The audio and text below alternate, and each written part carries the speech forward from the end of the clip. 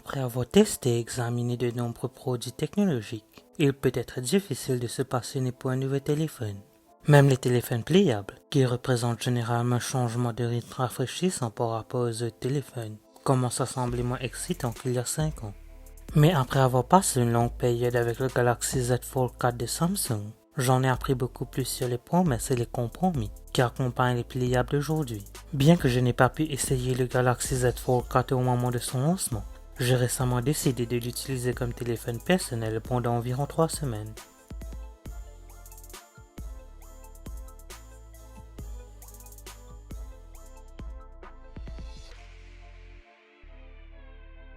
La meilleure chose à propos du Galaxy Z Fold 4 est son écran intérieur de la taille d'une tablette.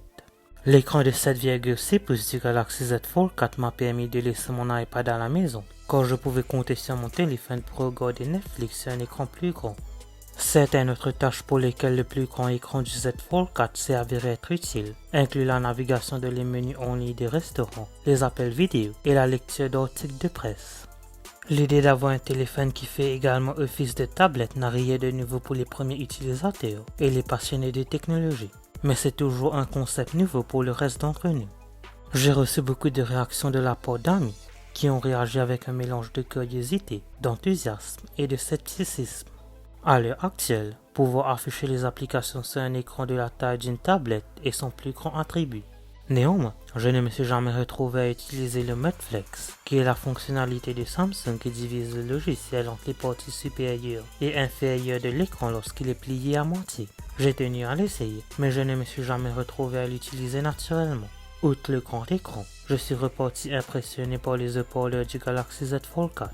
J'utilise souvent mon téléphone pour écouter de la musique pendant que je me prépare pour la journée, et le Galaxy Z Fold 4 a pu remplir ma chambre de son beaucoup plus facilement que les autres téléphones plus petits que j'utilise habituellement. C'est une autre caractéristique qui fait du Galaxy Z Fold 4 un appareil de divertissement idéal. La durée de vie de la batterie est correcte sur le Galaxy Z Fold 4, mais rien d'extraordinaire. Avec une utilisation normale, je peux facilement passer une journée avec une seule charge. Le Galaxy Z Fold 4 dispose d'un appareil photo principal de 50 mégapixels, d'un appareil photo ultra grand angle de 12 mégapixels et d'un téléobjectif de 10 mégapixels, un peu comme le Galaxy S23. Les deux téléphones disposent également de zoom optique 3 fois et de zoom numérique 30 fois. Je n'ai pas fait de comparaison exhaustive, mais j'ai remarqué que les photos du Galaxy S23 ont plus de contraste dans les ombres, ce qui rend les images un peu plus meilleures que celles du Galaxy Z Fold 4 dans l'ensemble.